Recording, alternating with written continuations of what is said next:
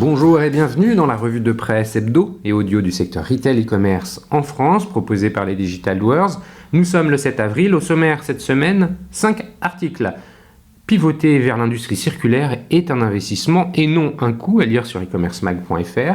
Marque Green, 5 tactiques pour réduire l'empreinte carbone, à lire sur views.com. Les DNVB s'adaptent au contexte économique, à lire sur e-marketing.fr. Meta prévoit d'utiliser l'IA générative pour créer des publicités, à lire sur le siècledigital.fr. Et enfin, Vinted apporte une réponse écologique à la controverse avec Emmaüs, à lire sur fashionunited.fr. Je vous le rappelle, sur le site lesdigitaldoers.com, vous avez accès à une revue de presse qui rassemble les articles publiés dans la semaine sur les sites de news de notre écosystème. Vous pouvez vous y abonner pour recevoir chaque vendredi un digest de l'actualité dans votre boîte email. De cette revue de presse, je vous lis sans interprétation une sélection de quelques articles qui m'ont semblé pertinents à partager. Dernier message pour vous inviter à écouter le témoignage passionnant de Jérôme Cochard, DG de Making Science France. Nous abordons les transformations en cours dans la pub TV pour parler de la TV non linéaire, c'est-à-dire comment faire de la pub segmentée sur les plateformes de streaming, replay et VOD. Je suis certain que vous allez découvrir un monde nouveau. D'ici là, je vous souhaite une bonne écoute, évidemment, toujours sans coupure. Pivoter vers l'industrie circulaire est un investissement et non un coût, à lire sur e-commercemag.fr en date du 3 avril. Rencontre avec Emmanuelle Ledoux, directrice générale de l'Institut national de l'économie circulaire, INEC. Elle coécrit avec Grégory Richat, Pivoter vers une économie circulaire aux éditions du Node. L'ouvrage donne un éclairage pour transformer la production industrielle mondialisée vers un modèle circulaire. Comment définissez-vous le concept de circularité ? La circularité affiche l'ambition d'utiliser moins de ressources et de rester dans le cadre des limites planétaires. Aujourd'hui, seul 8,6% de l'économie est circulaire, mais je persiste à croire que si 15% des industriels adoptent une dynamique circulaire, la concurrence suivra et évoluera vers ce modèle. Cette transformation globale passe par l'allongement des cycles d'utilisation de la matière en instaurant la réparabilité des produits. Adopter une vision en amont et aval paraît dès lors essentiel. Quelles sont les implications prévisibles pour le secteur de la supply chain ? L'équipement des ressources, des matières premières dans notre modèle industriel a un impact déterminant pour les supply chains. La consommation de masse, observée depuis 70 ans, pousse à extraire, produire et jeter toujours plus de ressources. Mais le dépassement des limites planétaires chamboule aujourd'hui nos industries et fragilise les chaînes d'approvisionnement. Pivoter du modèle économique linéaire vers un standard circulaire fondé sur les ressources durables et locales peut être bénéfique à l'environnement et à l'industrie. Allonger la durée de vie des produits et réutiliser les ressources pour éviter les déchets permet de diminuer la consommation de matière des industries, des émissions de carbone et crée des emplois locaux et pérennes. Ce pivot peut alors être perçu comme un investissement sur le long terme et non comme un coût. La pandémie, depuis la guerre en Ukraine, provoque des pénuries et nous pousse à réfléchir à d'autres sources d'approvisionnement. Tendre vers une industrie circulaire sécurise l'approvisionnement de l'industrie et permet de pérenniser le modèle économique. Comment, face à ces défis, le marketing évoluera-t-il de votre point de vue ? Il est indéniable que les industries ont un rôle à jouer dans la consommation des individus. Le démarketing tend par exemple à décourager les consommateurs d'acheter un bien ou un service. Cette stratégie, théorisée en 1971 par Kotler et Levy, peut tout à fait répondre aux pénuries que nous vivons. En jouant sur l'effet prix ou en amenant les consommateurs à consommer moins mais mieux, nous jouons sur ce démarketing. Cette stratégie s'appuie sur une démarche holistique avec un volet consacré à l'éco-conception et un autre à l'EIT, écologie industrielle et territoriale, en s'appuyant sur un modèle économique de fonctionnalité. Dès lors que nous passons du côté d'une économie fonctionnelle, les industriels travaillent à l'éco-conception du produit, sa durabilité et veillent à la disponibilité des pièces de rechange. Où en sommes-nous de ce modèle circulaire. Bien qu'un indice de réparabilité d'un produit soit créé, cette dynamique ne semble pas concerner l'ensemble des produits du quotidien. La réparabilité des produits a certes du sens sur le gros électroménager, mais pas le petit électroménager. Réparer un grille-pain à 30 € reviendra par exemple bien plus cher que d'en racheter un neuf. Les produits de seconde main se doivent d'être présentés 30% en deçà du prix du neuf.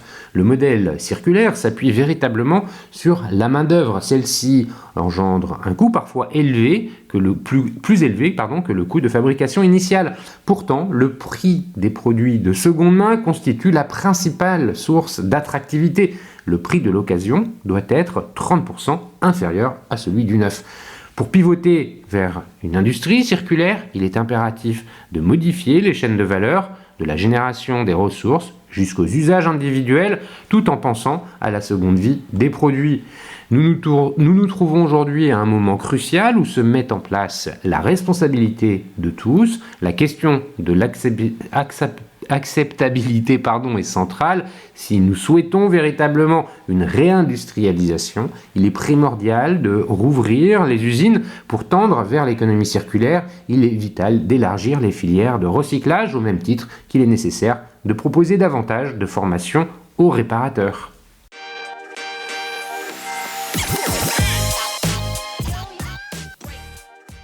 Marque Green, 5 tactiques pour réduire l'empreinte carbone à lire sur Views en date du 31 mars. Les consommateurs exigent désormais des marques qu'elles aient une attitude responsable et durable. Mais concrètement, quelles tactiques emploient les marques pour réduire leur empreinte carbone?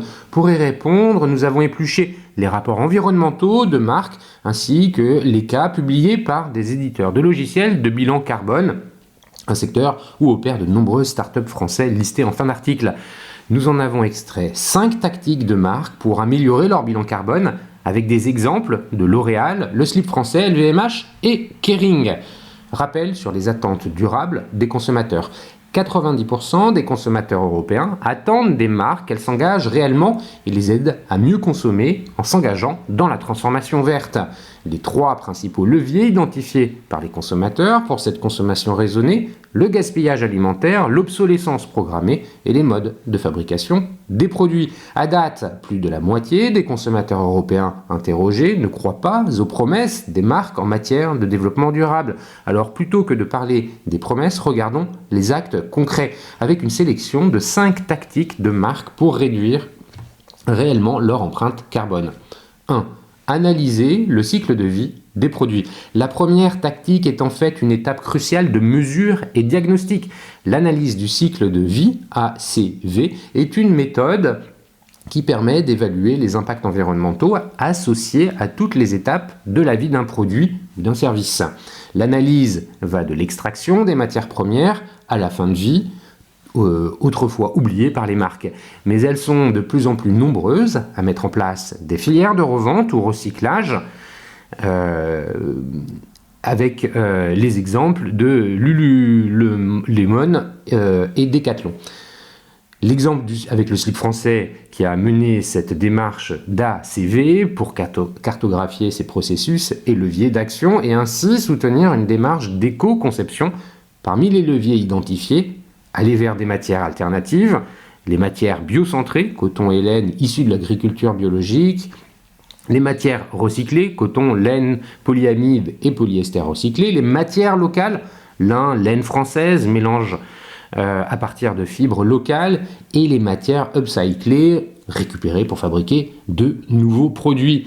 Le Slip Français souhaite que 75% de ses volumes soient issus de ces matières alternatives d'ici 2023. La marque cherche aussi à mettre au point la fibre de demain, basée sur le principe de l'économie circulaire. Elle travaille sur le projet Mon Coton pour développer de nouvelles techniques de recyclage du coton en collaboration avec la marque 1083. Des tests sont menés depuis 2 ans et un produit à partir de ce fil de coton recyclé pourrait être disponible en 2023. 2. Éco-conception pour la réduction des emballages. De nombreuses autres marques se sont lancées dans l'éco-conception pour améliorer toute ou partie du cycle de vie de leurs produits. Par exemple, L'Oréal a adopté la démarche d'éco-conception de ses emballages depuis 2007. Ces 3 axes, réduire les emballages, remplacer certains matériaux et recycler. D'ici à 2030, 100% des emballages plastiques de L'Oréal seront d'origine recyclée ou biosourcée. D'ici à 2025, 100% des emballages plastiques seront rechargeables, réutilisables, recyclables ou compostables. L'Oréal a aussi développé un outil pour calculer et améliorer l'impact social et environnemental de tous les produits du groupe.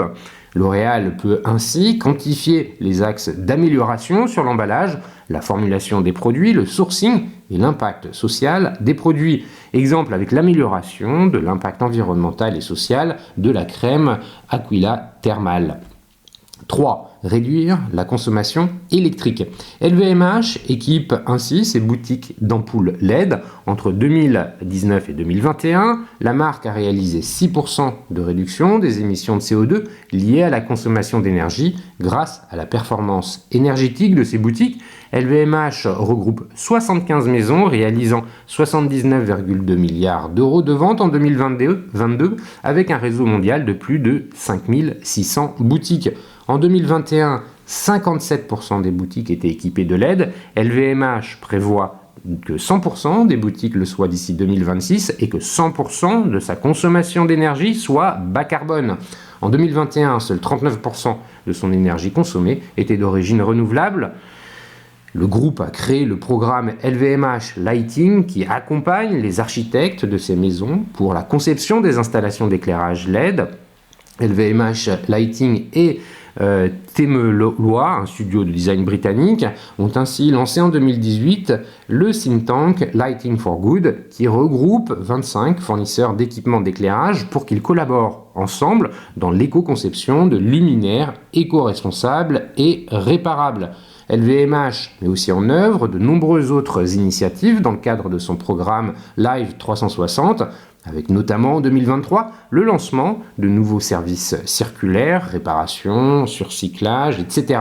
Et d'ici 2030, 100% des nouveaux produits inscrits dans une démarche d'éco-conception.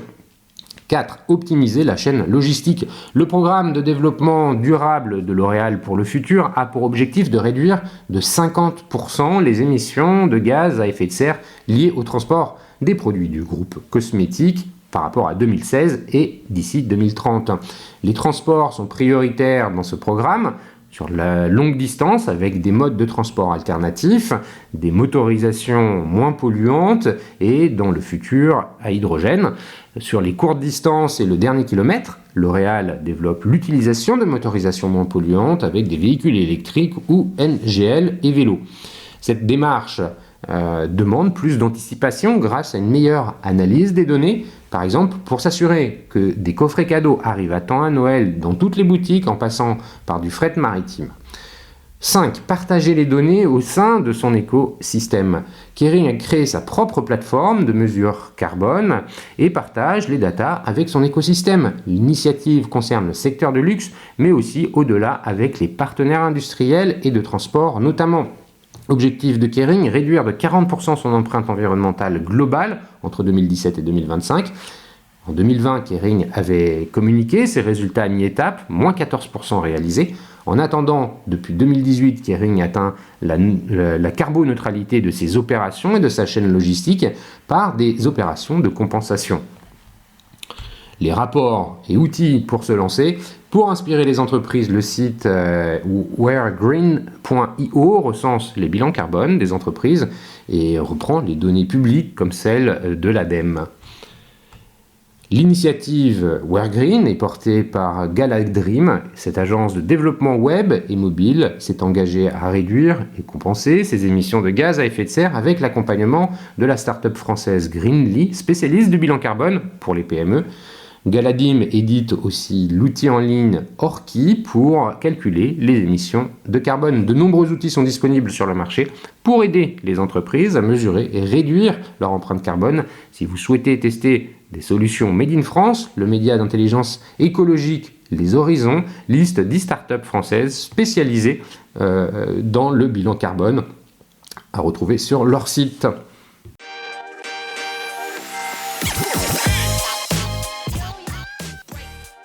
Les DNVB s'adaptent au contexte économique, à lire sur emarketing.fr en date du 6 avril. Le modèle des DNVB ne cesse de gagner en popularité depuis son apparition, et pour cause, avec leur approche direct to consumer, D2C, elles prennent une place importante dans l'économie française. Leur chiffre d'affaires moyen s'élève d'ailleurs à 5,48 millions d'euros en 2022. Le chiffre d'affaires des DNVB s'inscrit dans une croissance de l'ordre de 19% comparaison à 2021. De tels résultats permettent l'autofinancement de près des 3/4 d'entre elles. Digital Native Group et Pplug font le tour d'horizon de ces marques créées, se développant en ligne en publiant leur baromètre 2023. Quand local rime avec durable. Le cœur de cible de ces marques, les consommatrices, 69% de leurs clients sont des femmes, âgées d'environ 33 ans.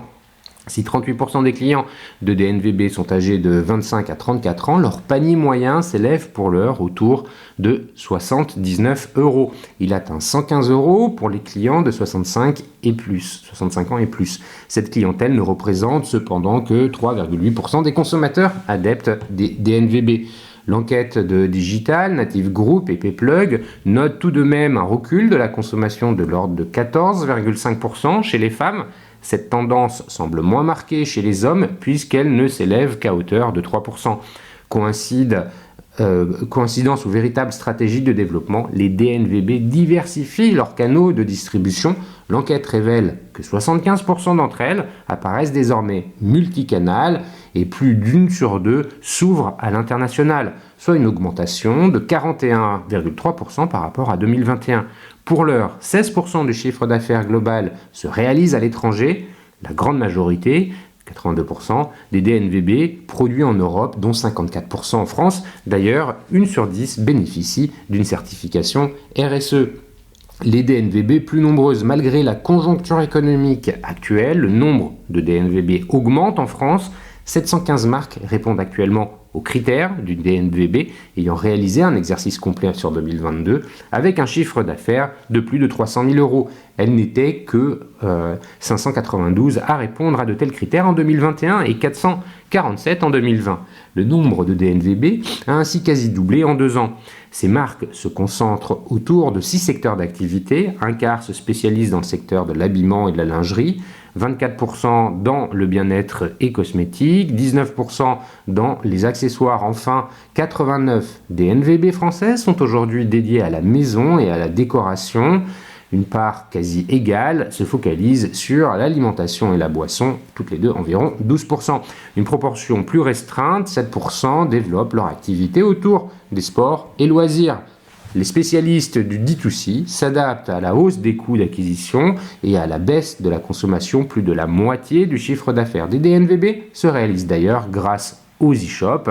Pour y parvenir, près d'un tiers du chiffre d'affaires est dépensé en marketing digital.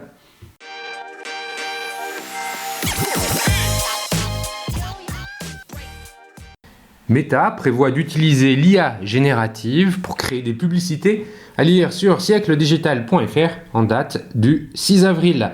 Le directeur technique de Meta, Andrew Bosworth, a révélé que la société prévoyait de proposer l'intelligence artificielle générative dans la publicité dès la fin de l'année. Cette technologie, propulsée par ChatGPT, devrait créer de nouvelles opportunités et un gain de temps considérable pour les annonceurs. Un autre moyen de contourner l'app tracking Transparency. Au mois de février, la firme annonçait travailler sur sa propre technologie d'IA générative, mais n'avait pas encore évoqué une éventuelle commercialisation. Lors d'une interview avec Nikkei Asia, Andrew Bosworth en a dit plus. Il a expliqué que Meta a constitué une équipe dédiée à l'IA générative depuis plusieurs mois déjà et que ce domaine est celui auquel il consacre le plus de temps, tout comme Mark Zuckerberg. Ainsi, l'entreprise espère vendre cette technologie aux annonceurs avant la fin de l'année. Elle sera en mesure d'améliorer l'efficacité d'une publicité, affirme-t-il. Par exemple, au lieu d'utiliser une seule image dans une campagne publicitaire, une entreprise pourra demander à l'intelligence artificielle de créer des images qui conviennent à différents publics et cela permettra de gagner beaucoup de temps et d'argent. À terme, les annonces alimentées par cette technologie devraient être déployées dans les produits de Meta, principalement Instagram et Facebook. Le groupe a d'ores et déjà développé des outils publicitaires basés sur l'IA avec des résultats très prometteurs. Il a été contraint de modifier ses pratiques pour contourner l'App Tracking Transparency d'Apple. L'IA générative pourrait également l'accompagner dans cette nouvelle démarche. Au début de l'année, Mark Zuckerberg affirmait que 2023 serait misé sur l'efficacité. L'IA générative semble bel et bien être le prochain pari de Meta pour générer des revenus. D'autres entreprises travaillent sur l'exploitation de ces systèmes dans la publicité. C'est notamment le cas d'Omki qui utilise DALL-E 2 et ChatGPT 3 pour créer des campagnes, générer des mondes virtuels pour le Metaverse. Andrew Bosworth assure également que le Metaverse, objectif de l'entreprise à long terme, devrait bénéficier de l'émergence de l'IA générative. Auparavant, si je voulais créer un monde en 3D, je devais apprendre beaucoup de choses sur l'infographie et la programmation. À l'avenir, il suffira peut-être de décrire le monde que l'on souhaite créer pour que le modèle de langage étendu le génère à sa place. Cela rendra la création de contenu beaucoup plus accessible à un plus grand nombre de personnes, détaille-t-il. Les grandes ambitions de Meta démontrent que les géants technologiques continuent leur course effrénée à l'IA générative, tant les opportunités qu'elles engendrent sont attrayantes. Nikkei Asia a tout de même demandé à Bosworth si l'appel d'éminents scientifiques à mettre en pause la recherche dans ce domaine avait été envisagé par son entreprise. Sans surprise, la réponse est négative. Je pense qu'il est très important d'investir dans le développement responsable et nous faisons ce type d'investissement en permanence. Cependant, il est très difficile d'arrêter le progrès et de prendre les bonnes décisions quant aux changements à apporter.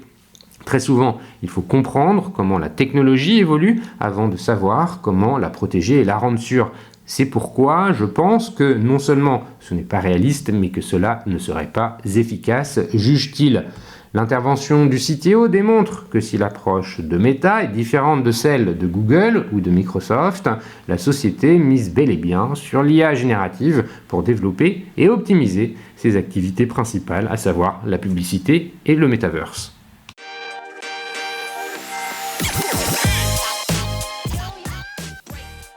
Vinted apporte une réponse écologique à la controverse avec Emmaüs, à lire sur Fashion United en date du 5 avril.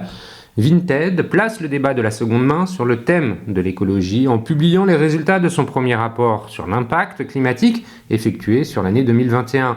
Celui-ci analyse l'impact de l'achat de vêtements de seconde main sur Vinted au lieu de vêtements neufs.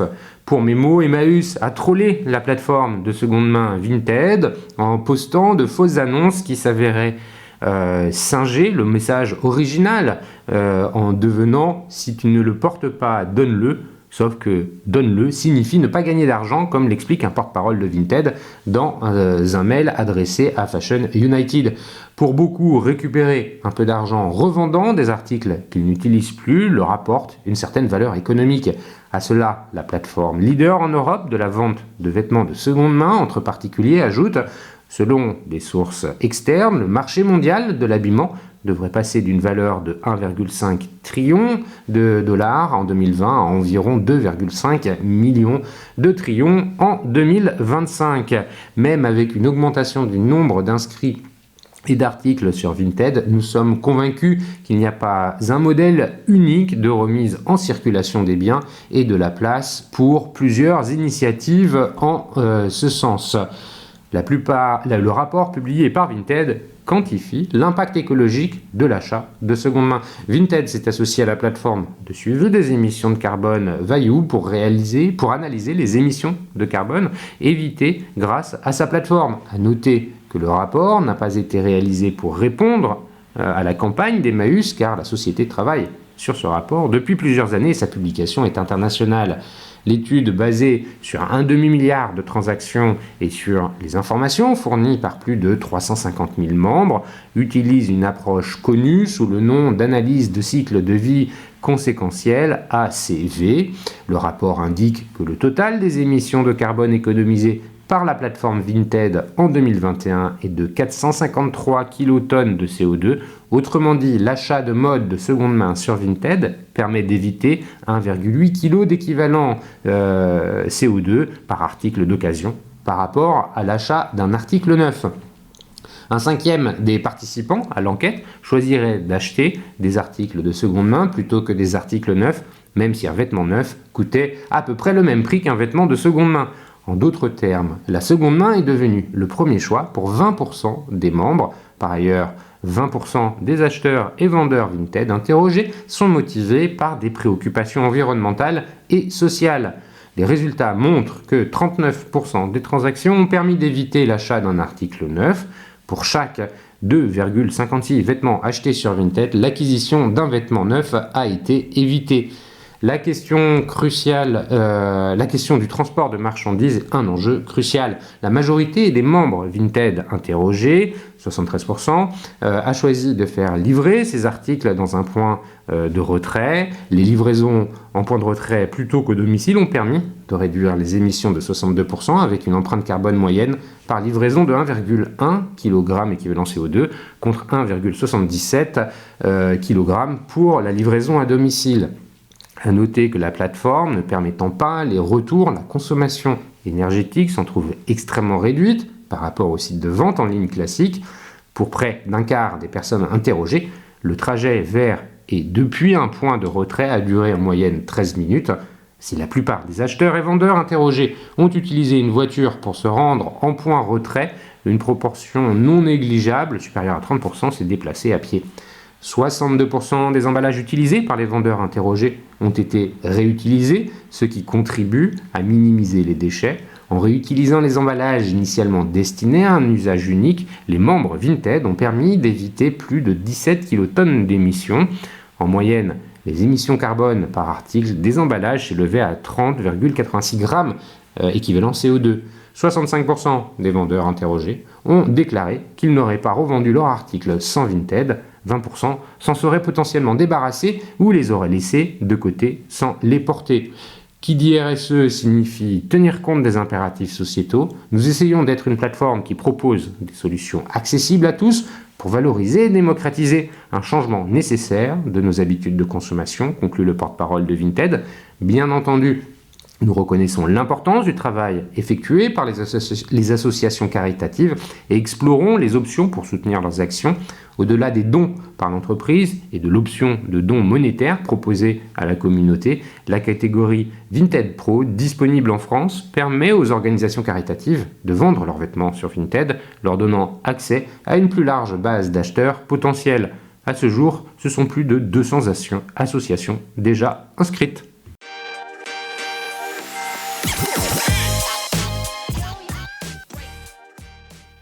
Et voilà, c'est fini pour cette semaine. Merci de m'avoir écouté. N'oubliez pas de vous abonner à la revue de presse sur le site lesdigitaldoers.com. Si vous aimez l'exercice de cette revue de presse Retail e-commerce dans sa vision audio, n'hésitez pas à me le faire savoir en m'envoyant des messages sur LinkedIn et mieux encore en la faisant connaître autour de vous. Enfin, un dernier message d'auto-promo avec les Digital Doers. Je produis des chaînes de podcasts thématiques pour les prestataires de services de notre écosystème. Donc, si vous souhaitez animer la prise de parole de votre marché, c'est l'occasion d'inviter des clients et des prospects à venir converser avec vous autour de votre proposition de valeur. Vous êtes intéressé, alors contactez-moi. D'ici là, portez-vous bien et à la semaine prochaine.